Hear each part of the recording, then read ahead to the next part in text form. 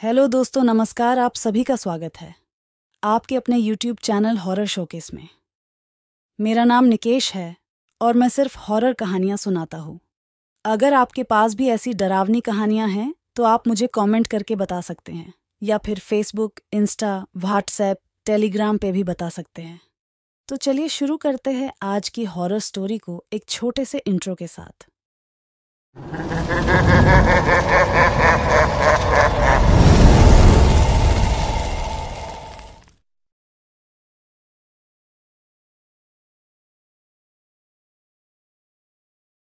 खौफनाक खोखला। हिमालय की तलहटी में बसा हुआ गांव शांतिगढ़ हमेशा अपनी शांति और सुंदरता के लिए मशहूर था। लेकिन हर साल हैलोवीन की रात कुछ अलग ही कहानी बयान करती थी। इस रात को गांव के बुजुर्ग घरों के दरवाजे बंद कर देते थे, खिड़कियों पर काले पर्दे टांग देते थे और बच्चों को डरावनी कहानियां सुनाते थे। खौफनाक खोखले की कहानी। कहते थे कि सालों पहले गांव के पास एक घना जंगल हुआ करता था। उस जंगल के बीच में एक विशाल पीपल का पेड़ खड़ा था, जिसके खोखले तने में एक भयानक चुड़ैल रहती थी। हेलोवीन की रात वह खोखले से बाहर निकलती, बच्चों का अपहरण करती और उन्हें अपने जादू से कठपुतलियों में बदल देती। इस साल 12 साल का राहुल गांव के बच्चों में से अलग था। उसे डर नहीं लगता था, बल्कि खौफनाक खोखले की कहानी में उसे रोमांच का एहसास होता था। हेलोवीन की रात को अपने दोस्तों मीना और विक्रम को मनाने के बाद वह जंगल में जाने का फैसला कर लिया। बारिश हो रही थी और तेज हवा चल रही थी।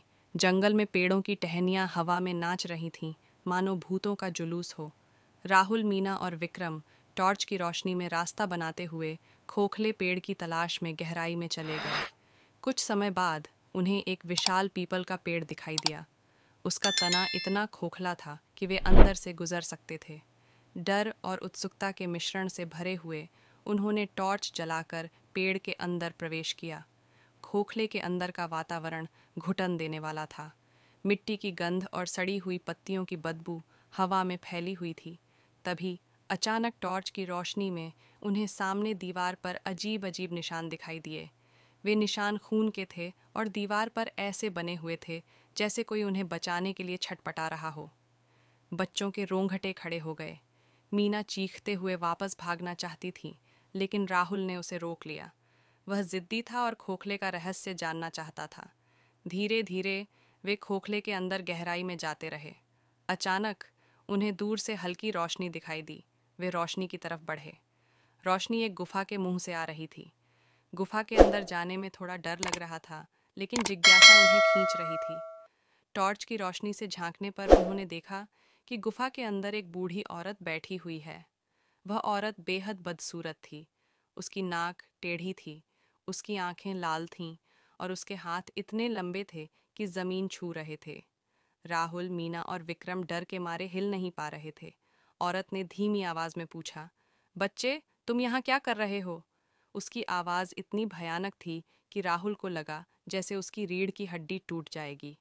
हम हम खौफनाक खोखले की कहानी सुनने आए थे, राहुल ने थरथराती आवाज में जवाब दिया। बुढ़िया हंस पड़ी।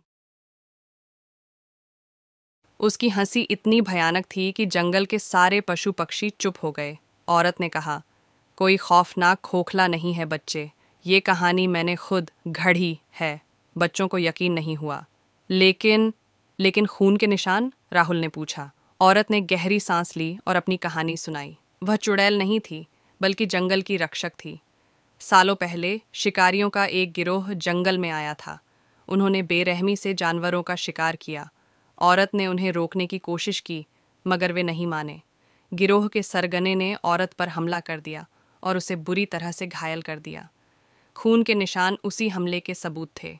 औरत ने कमज़ोर आवाज़ में कहा, मैंने खुद को बचाने के लिए ही खौफनाक खोखले की कहानी फैलाई थी, ताकि कोई जंगल में ना आए और जानवर सुरक्षित रह सकें। बच्चों को औरत की कहानी सुनकर दया आ गई। राहुल ने पूछा, तो आप चुड़ैल नहीं हैं? औरत ने मुस्कुराई। उसकी मुस्कान इतनी प्यारी थी कि पहले वाली डरावनी औरत की छवि मिट गई। नहीं, मैं जंगल की रानी हूँ।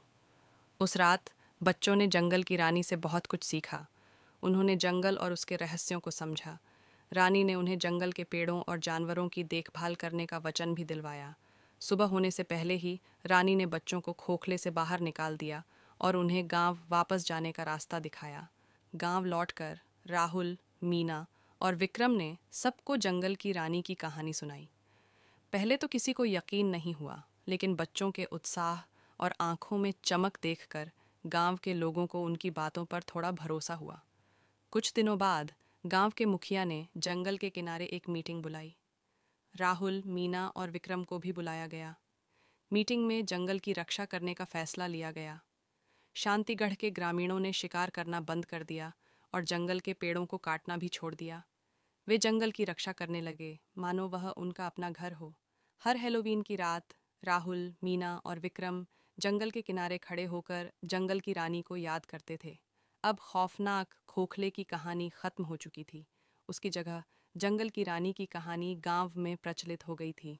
एक ऐसी रानी की कहानी जिसने जंगल को बचाने के लिए डरावनी कहानी गढ़ी थी।